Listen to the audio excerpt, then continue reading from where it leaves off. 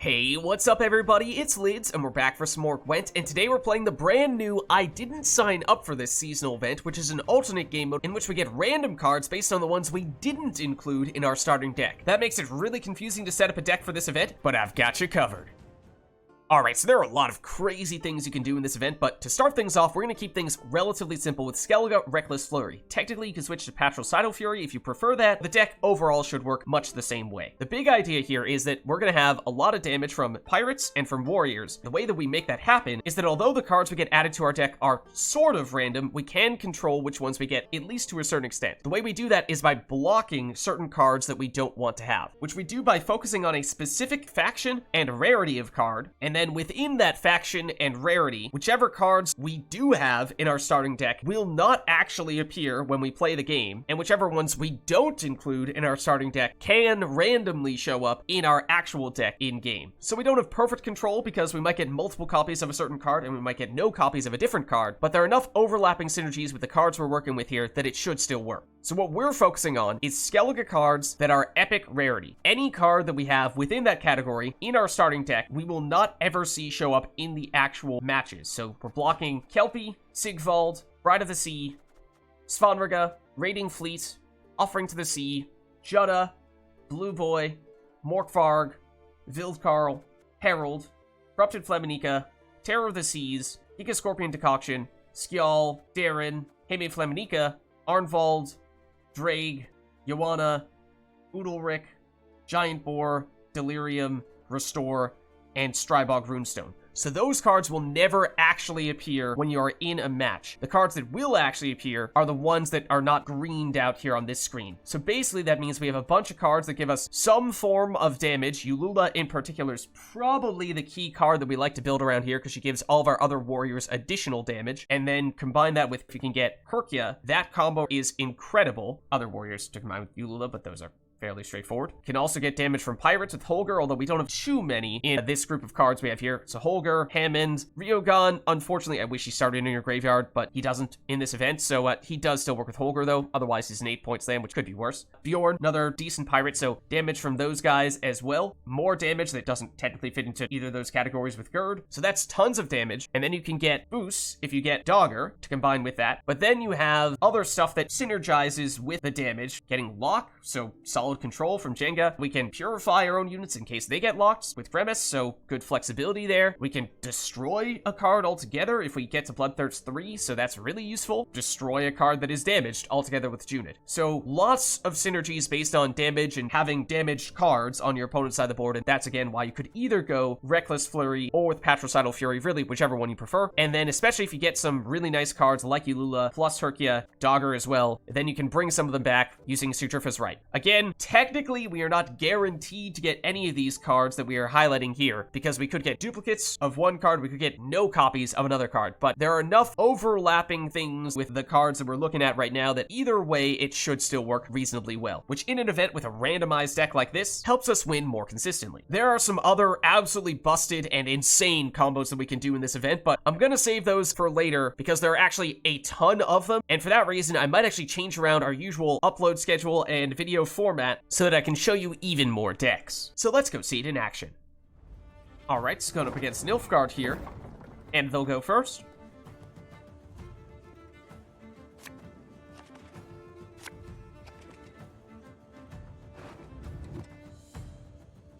Okay, so lots of Herkias, and combined with Yoana, that can be really effective, so love to see that.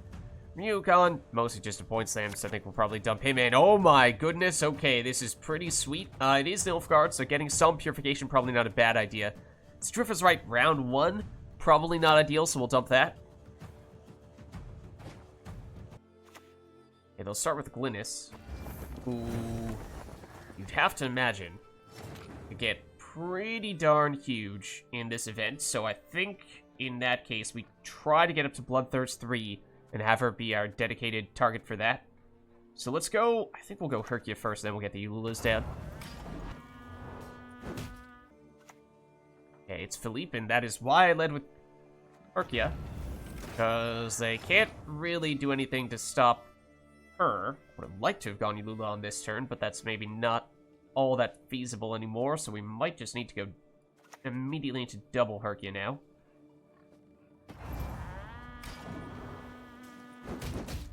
And the purification from Gremist, maybe that gives us reason to at least have some hope to play Ulula next. Alright, Roderick. Which they use to get another Roderick.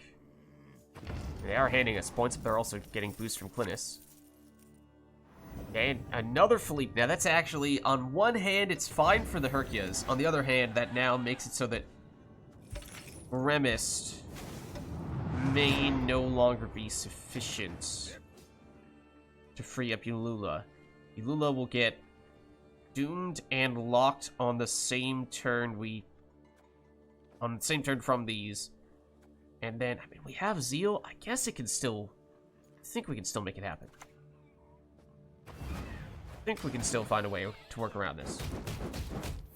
Now we're on Bloodthirst 2, so we'd really like, also we're close to destroying those. So we expect this, as long as they don't have another source of... Okay, it's just one. Just gonna be one poison here. Just one poison. The world's most effective Gremist, perhaps. Perhaps, on this occasion. So now we can do this, and this is functionally worth 3 damage, so depends. Do we guarantee we take out a Philippe? Do we almost guarantee it and rely on a little bit of extra Herkia help? Or do we get really ambitious and go after this one? I think the answer is definitely not that. I mean, we could throw in a leader ability as well. That is kind of tempting. But I think I'd go for that.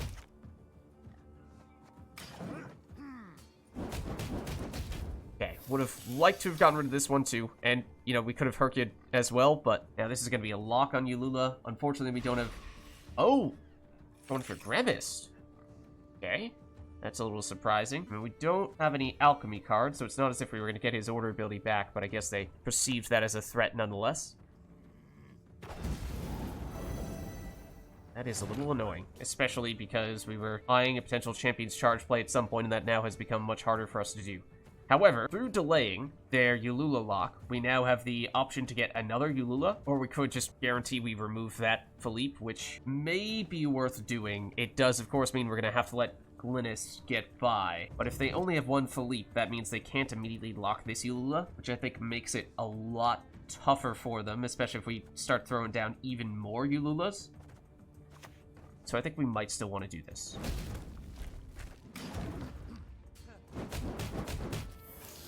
And, I mean, this combo has enough damage that even if that was a seemingly humongous Philippe, that number will still go down fairly quickly. And they aren't even trying to go after this Ulula. I mean, they might have other forms of control, we'll see. Lydia. For more boosts. Just trying to get them big enough. Okay, so now we go for... let's just double check what we might be able to get with Magic Compass, because... Dogger would be amazing here, so you get so many boosts. Sudrifa's right. I don't remember if we've actually gotten any of our key cards outright destroyed. But I was wondering if we had any more purification. Doesn't look like we do.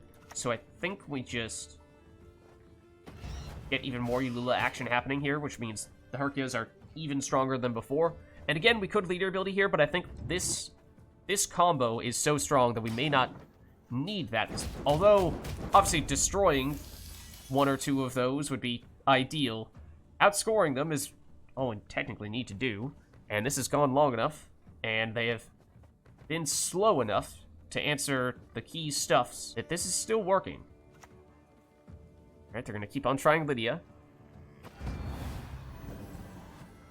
That's, I don't think, going to make that big of a difference. Now we have this Ulula. Well, the tricky thing is now Herkia has a higher chance of wasting the damage on these Witcher students that we don't really care about. Can target you with this Ulula. We could. We have other Ululas in our deck still? No, but we have 3 Sudrifa's Rights. Although we might want to use that for a combination of both Herkia and Ulula. Do we have additional Herkias in here? No. Okay, so we do need to be kind of careful that we don't just recklessly play every single key card. Might even be worth a leader ability charging now, just to see if we can get rid of some of those Witcher students. We might kind of need to go Holger here. Let's go do this first. We want to get rid of the Witcher students, because that ignores armor. We do this, hit you, and hit you.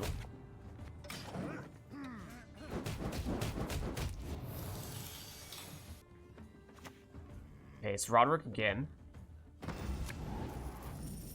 Dead Man's Tongue. Don't know how big the boost is going to be here. I imagine they're going to once again try to boost up Philippe. And they do. Okay, they'll get rid of a not so important card. I think now we go for the double Holger, which, if we had more pirates, we might even be able to get another with Magic Compass. Potentially. Potentially. Then that damage will start to add up a bit. Let's do this. And I think we're still leaving the Herkias unused for the moment. We can anticipate our last play, then that'll add up to quite a bit, but I mean, those still work even after we pass, so they still need to play here, otherwise we're going to take this win on even. Alright, Guillaume. I don't think in a vacuum is going to be all that useful. And, in fact, as amazing as a third Ulula would be, and that is, trust me, extremely tempting. If we had wanted to have done that, we would have wanted to have done it earlier, but we do want to save some of our firepower for round 3, so for that reason, I think we're looking at Magic Compass here. And I think it's... I mean, we could just do you for the sake of getting a point slam.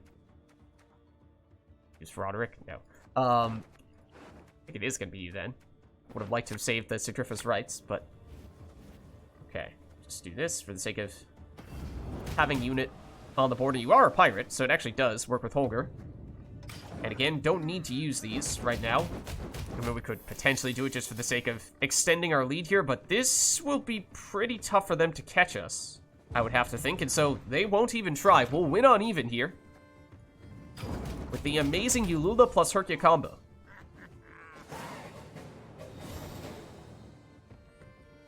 Okay, we get the Echoed Magic Compass, and we also draw into a Magic Compass, which does make you wonder how many cards we have left in our deck.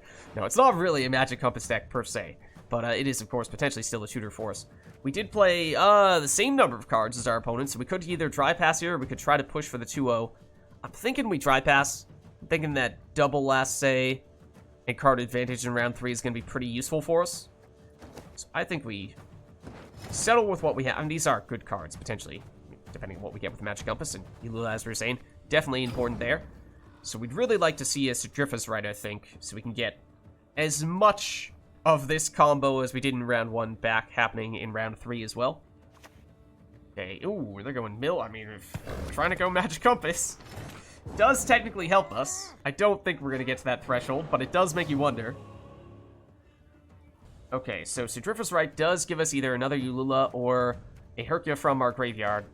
I know we got rid of one with our initial Magic Compass, but we do still have another in our deck here. I think Dogger is perhaps the key card that we did not get in round 1 that we could still benefit from in this round. I don't think Hammond's going to be that useful for us. Dogger. Okay, that's big. Axel is great, but he's mostly a point slam. He might just be our last play. So I think, especially since we're on red coin here, we're going to want to be setting our stuff up, our engines up as early as possible. So the timing for you might be a little bit awkward, but I think we can still make this work. And if they mill one more card, then we actually are in Magic Compass range for the second Magic Compass. Ah, okay. Not thrilled to see that. However, we can immediately destroy you, and I think we ought to do that, because it's hard to get better value than removing their most powerful card automatically. If we are to do that, then in terms of what we actually play, and we could go Dogger first. That'll get him boosted up, and possibly out of removal range. Now, if they try to lock him, that's a different story, but that might still be worth going this route then. At least getting him up to an 8. Hopefully he remains unlocked, in which case we can set him up for some more stuffs as well. Oakim, so this will turn into a point slam. What do they get with it, though? Lydia, even if they do get damage, shouldn't be enough to remove Dogger here.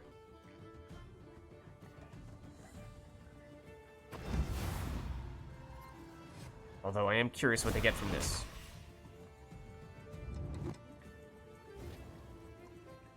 Some damage, although you actually damage yourself, which helps us.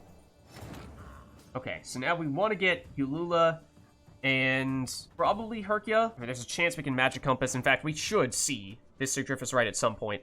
So we should have, across the two of these, perfect vision into our deck. So it's mostly a matter of order of operations here. I think we probably go Herkia first, because then we immediately get the value to boost up Dogger further. So let's do this. Oh, I really want to. And you could make a strong case for it as well. Okay, more Lydias. They might go after this Herkia. They may have enough damage to remove her. They will. That's unfortunate. Because Herkia was going to be one of our most reliable sources of damage. We could still get another one out with Magic Compass into this Sigdriffus Right. We can't guarantee we're going to see that on the first Magic Compass. By the second one, we will, though. So, it may, for that reason, still warrant going Ulula next. Oh, Akeem, is this just going to be non-stop Lydias? Because it kind of feels like that. It's Saul. You know, that's not a very valuable card for them.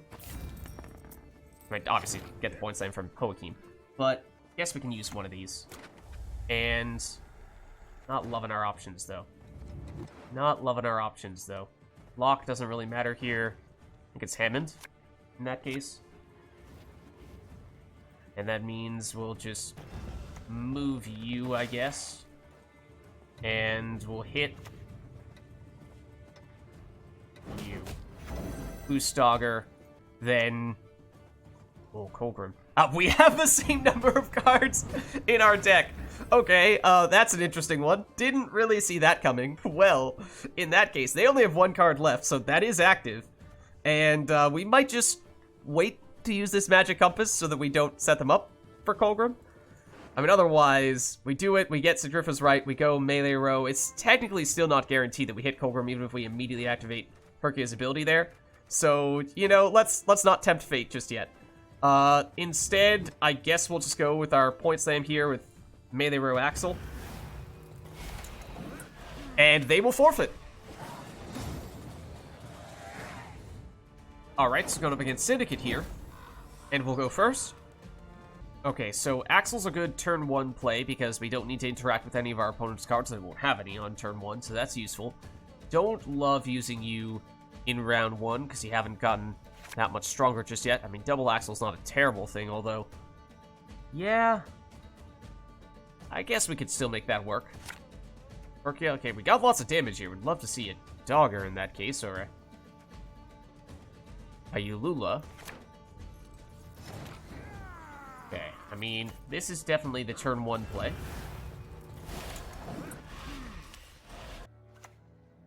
Manticore Venom does work pretty well for them. They don't have anything on the board for us to interact with yet, but, I mean, we can go for Axel number 2. The reason why I was a little reluctant to have 2 Axels is because I was concerned we'd run out of board space in the melee row, but, I mean, he did help us a little bit.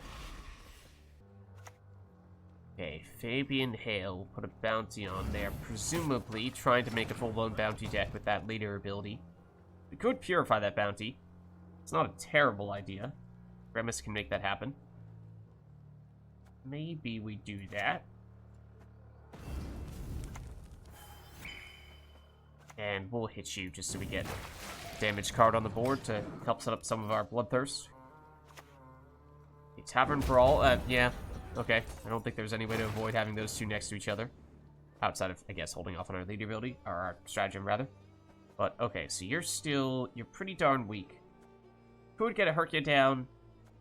Not a terrible option. In fact, that might be the move here. Otherwise, you know what? We'll go Holger.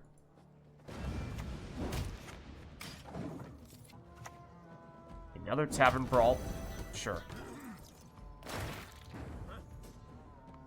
So now you're still on 1 power. We use Herkia, you're guaranteed dead, so I guess we'll do that. It feels like a little bit overkill when they have basically nothing established on the board. And perhaps they realize that, so we'll win round 1.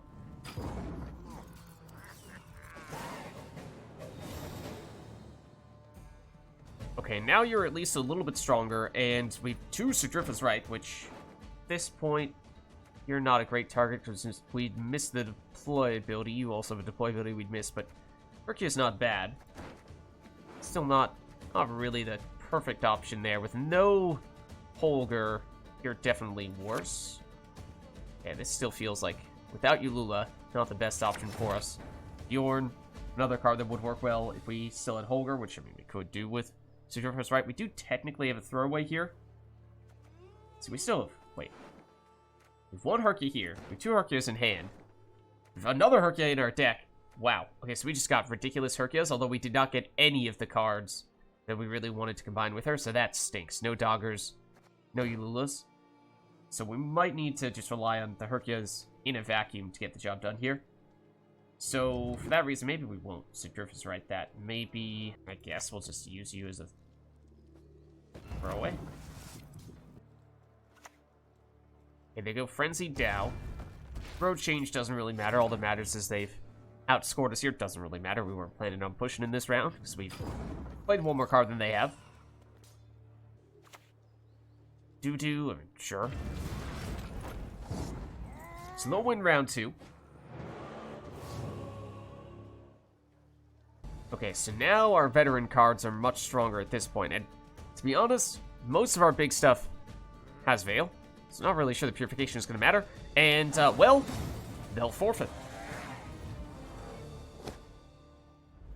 Alright, so going up against Nilfgaard here, and they'll go first. Okay, so let's see, we have a fair bit of lock. We probably don't love Hammond that much. Well, so we can get rid of Hammond. Okay, not that Donner is that much better. Let's see what else we ended up getting here. Dogger is one of the key cards we'd like to be getting here. Unfortunately, we didn't get him in hand.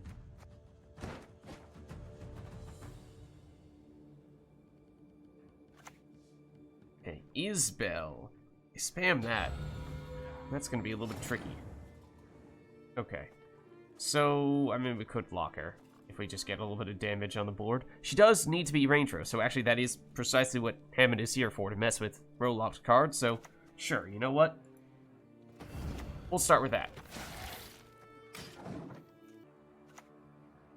Okay, Ardfiend Cavalry.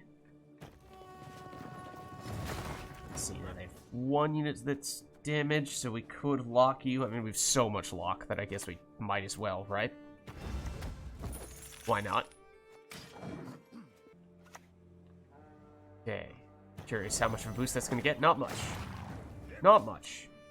So, in that case, I mean, Ulula is a card we'd like to play early if we think we need to play her in this round. However, I'm kind of feeling like we might try to get by without having to use her, because would have liked to have seen more copies of her combined with Dogger, and we only have 1 more hanging out in our deck there.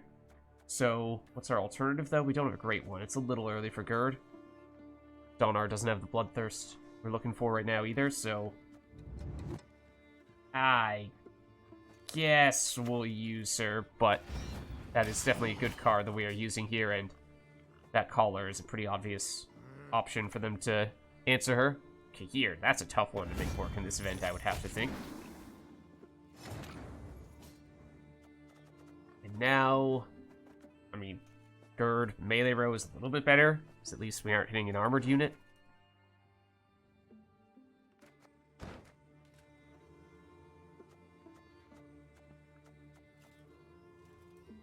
Might go that route, and I don't really think this Kahir is going to do much, to be honest with you.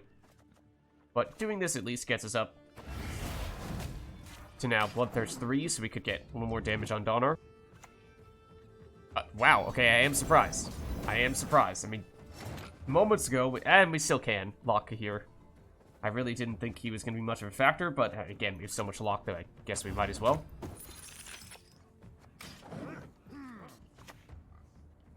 Okay, Jan. I mean, most of their cards are probably around the same provision cost, so I'm not really sure how much of a factor that's going to be. Obviously, we can't really do much to prevent him from doing his thing. He's already done his thing. Now we are unfortunately no longer on Bloodthirst 2, not unless we use a leader ability charge here, which I'd rather not do, although if we can at least poke Jan, he does become a half-decent target for Junid. Block doesn't matter. I would like to wait to play you. But it is still enough to take the lead here. Alright, and that recruit we could just destroy if we want to. Or we could lock it. Although, how many additional locks do we have in deck? At least one. Maybe only one? Okay, might make sense to save you and just get rid of this guy. Although, to be honest, I didn't even see. Did they catch us? I think they did catch us on that turn. So if they don't catch us here, then we can just pass. Sarret. How much damage? Just 2. So we're tied. So theoretically, they kind of need to use leader ability here. And they will. And they can get rid of, I mean, sure. 3-point removal plus 6-point body. 9-point leader ability, that's about average. Now we can turn around and get 11 points from our Junid. Do we have more Junids? We don't. Darn. Okay. A little unlucky there. So they're up by 9, which means technically we would need to use this for some combination of leader ability as well. And I guess maybe we save you. We go leader ability and then just go point slam here. Is there anything meaningful that we can lock? Not really. I don't think. Just lock. Shoot. Yeah, put you there, sure. Lock, it really doesn't matter. Guess could block Isabel on the off chance they have a way to get her back into that range row, but I doubt it. That's not helpful. And we'll probably just use you again. Not great in this circumstance, but we don't need great. We just need enough to catch them again. And Junid is our finisher here. If we absolutely need to, then it is... What now? Did I say 9 points before? No, it's 11 now. But, okay. So we'll win round 1 on even. So, certainly not bad.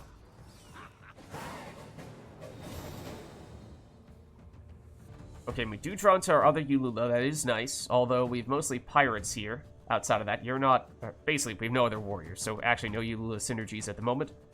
We won on even. We'll probably try pass here and give ourselves card advantage or double assay in round 3. And then give ourselves a little bit more opportunity fine-tune our hand further. I think we're probably gonna mulligan both of you guys. Okay, Dogger plus Ulula, that's... And leader ability, that's what we like to see. We've won round 1. We'll try pass here. We also have a leader ability charge remaining, whereas they've already used theirs. So they'll go a card down here to win round 2. Okay, we do get our remaining lock and the movement. I mean, I just don't think it's gonna be that impactful. And... Gerd is damage, which does synergize with Dogger, although it's not a warrior, so it doesn't really work with Ulula. Magic Compass can give us a little bit more options here. They realize they just can't stop us, so they'll forfeit before we even start round 3. So there's a look at a Skellige damage deck for the new I Didn't Sign Up For This seasonal event. If you liked the video, then make sure to hit the like and subscribe button, and leave a comment down below to let me know which other cards, archetypes, and factions we should experiment with next. Although I do have a lot of ideas for this event already, so many that I might even change our usual video formatting and upload schedule so that I still have enough time to show you all of them. But thank you all for watching, and I'll catch you next time.